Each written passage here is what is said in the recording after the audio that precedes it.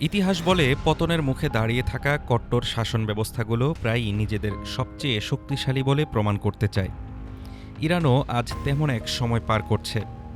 দেশজুড়ে নজিরবিহীন বিক্ষোভ, আন্তর্জাতিক চাপ সব মিলিয়ে প্রশ্ন উঠছে, চাইলেই কি যুক্তরাষ্ট্র ইরানে সামরিক হামলা চালাতে পারে?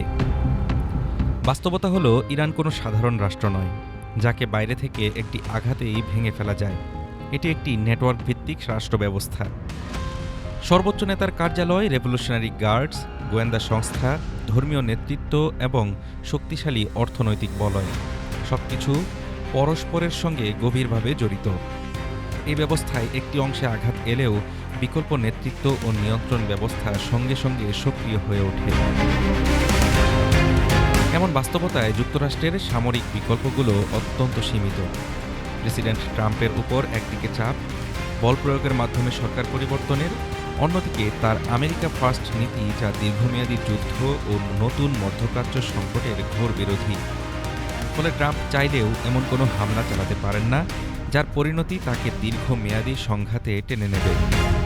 আঞ্চলিক রাজনীতি এই সংকটকে আরও জটিল করে তুলেছে। ইসরায়েল চায় তেহরানের বিরুদ্ধে মূল সামরিক ঝুঁকিটা নিক ওয়াশিংটন, কিন্তু সৌদি আরব, কাতার ও ওমানের মতো উপসাগরীয় দেশগুলো সামরিক উত্তেজনার বিপক্ষে। তাদের সহযোগিতা ছাড়া দীর্ঘমেয়াদী বিমান হামলা চালানো যুক্তরাষ্ট্রের জন্য কার্যত অসম্ভব। সবচেয়ে সম্ভাব্য যে পথটি খোলা আছে তা হলো সীমিত পরিসরের শাস্তিমূলক হামলা, কিন্তু এখানেও ঝুঁকি কম নয়। এতে রেভলিউশনারি গার্ডের হাতে অস্তিত্ব রক্ষার যুদ্ধ এর বৈধতা চলে যেতে পারে।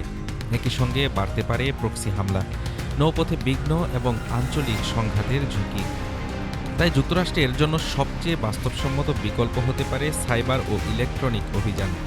এগুলো কম দৃশ্যমান, তুলনামূলক কম রাজনৈতিক ঝুঁকিপূর্ণ, তবে নেটওয়ার্ক ভিত্তিক রাষ্ট্র হিসেবে ইরান এসব প্রতিবন্ধকতা সামলে নেওয়ার সক্ষমতা রাখে।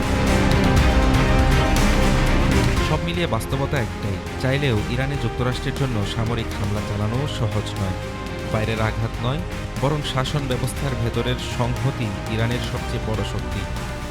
আর সেই সংহতি না ভাঙা পর্যন্ত যে কোনো হামলাই হবে উচ্চ ঝুঁকির এক অনিশ্চিত জোয়া। হাফিজুর রহমান তুষার, ঢাকা টুডে।